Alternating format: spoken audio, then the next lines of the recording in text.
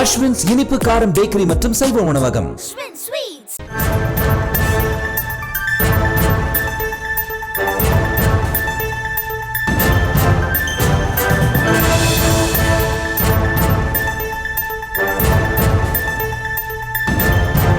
திருவள்ளூர் அருகே அதிக நேரம் செல்போனில் தாய் பேசிக் கொண்டிருந்ததை தட்டி கேட்ட மகனை பெட்ரோல் ஊற்றி தாய் எரித்த சம்பவம் அரங்கேறியிருக்கிறது.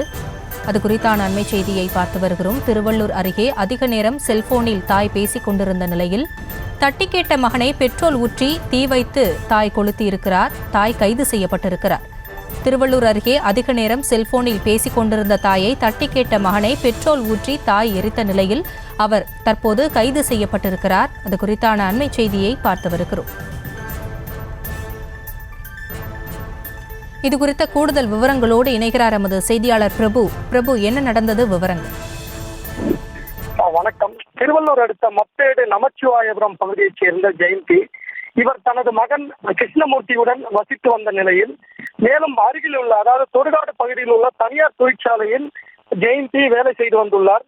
இந்த நிலையில் கிருஷ்ணமூர்த்தி மதுபோதையில் அடிக்கடி தாயுடன் சண்டை போட்டதாக கூறப்படுகிறது.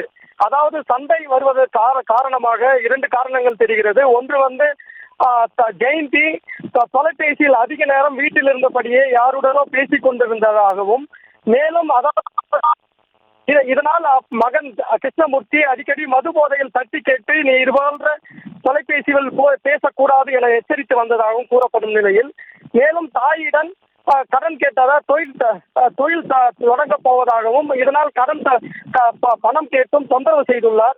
இதனால் இது போல அடிக்கடி சண்டை ஏற்பட்ட நிலையில் நேற்றிரவு இருவருக்கும், அதாவது தாய் மகன் இருவருக்கும் அதிகப்படியான சண்டை வந்துள்ளது.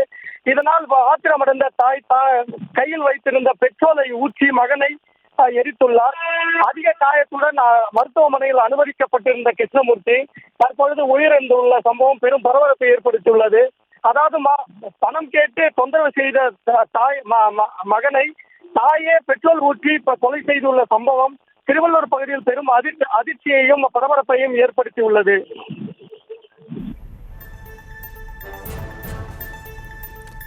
விவரங்களுக்கு நன்றி பிரபு.